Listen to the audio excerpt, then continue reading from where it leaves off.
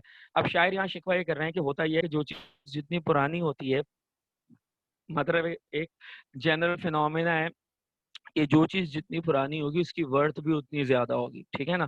مطلب آپ کو اینٹیک پیس لینے جا رہے ہیں 200 سال پرانا، 300 سال پرانا ہے، تو وہ ہوتا بھی اتنا ہی مہنگا ہے۔ تو شاعر کہہ رہے ہیں مجھے افسوس اس بات کا ہے کہ کوڈ بہت پرانا ہے مگر اس کی قیمت بہت ہی کم۔ میاں بزرگوں کا سایہ بڑا غنیمت ہے۔ اب اگلی بات کیا کر رہے ہیں، یہ بھی ہے اگر آپ کے گھر میں بزرگ نہیں ہے سمجھو بزرگوں کا سایہ آپ کو نصیب ہو گیا، ٹھیک ہے۔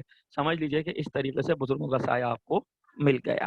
تو اگر آپ کے گھر میں بزرگ نہیں ہے تو اس کوٹ کو لے جا کر ہینگ کر دیجئے، یہ بزرگوں کی کمی کو خود بخود پورا کر دیں گے۔ ہیں اس پہ دھبے جو سرخی کے اور سیاہی کے، پیشہ ہیں کسی ٹیچر کی بادشاہی کے۔ لیجیے جناب، یہ کمی بھی پوری ہو گئی۔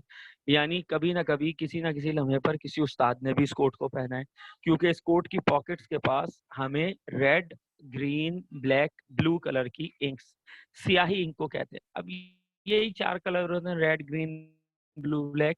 تو اس کوٹ پر یہ جو دھبے ہیں سرخی کے اور سیاہی کے، یعنی ریڈ اور بلیک، تو ریڈ اور بلیک انک کے جو اس پہ ڈاٹس نظر آ رہے ہیں، اٹ مینس یہ شاعر اینالوجی کر رہے ہیں، قیاس، اندازہ لگا رہے ہیں۔ بھائی مبارک ہو، استاد صاحب نے بھی اس کو پہنا ہوا ہے جب ہی پین کی انک کے دھبے موجود ہیں۔ جگہ جگہ یہ جو کیڑوں کی ضرب کاری ہے۔ اچھا، کیڑوں کی ضرب کاری ہے، یہ کیا پاگل پن کی بات ہے؟